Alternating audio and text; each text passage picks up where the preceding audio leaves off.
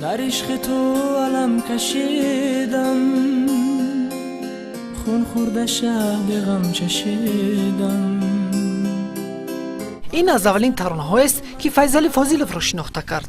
رفتی چرای دل بری من، ای گوهر من، ما پیکر من. سرود دلبر من کمی هم باشد با بینندگان مرا معرفی کرد. باوری گرم نگاهم برده شروع قرار من. این آوازخوانی جوان با صمیمیت خاص سرود ایجاد میکند تا محبوبی همگان گردد.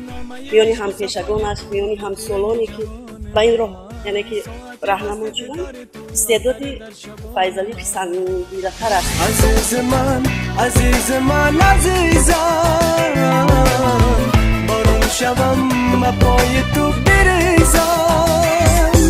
نفر اگر تنقید را شنود او میگوید که به خاطر اصلاح کار است. بله، و نفر دیگر خانم باشد تنقید را دوست نمی‌دارد.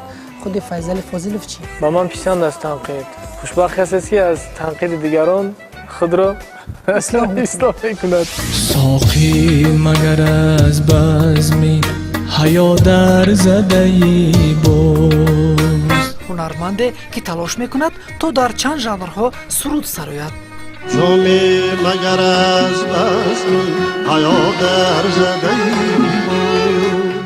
ای سرمه چرا حلقه بر این در زده ای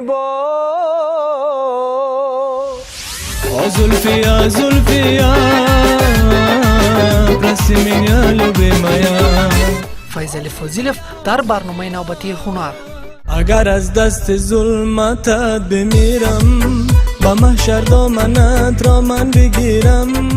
شام یک شنبه تنها در تلویزیون دوشنبه.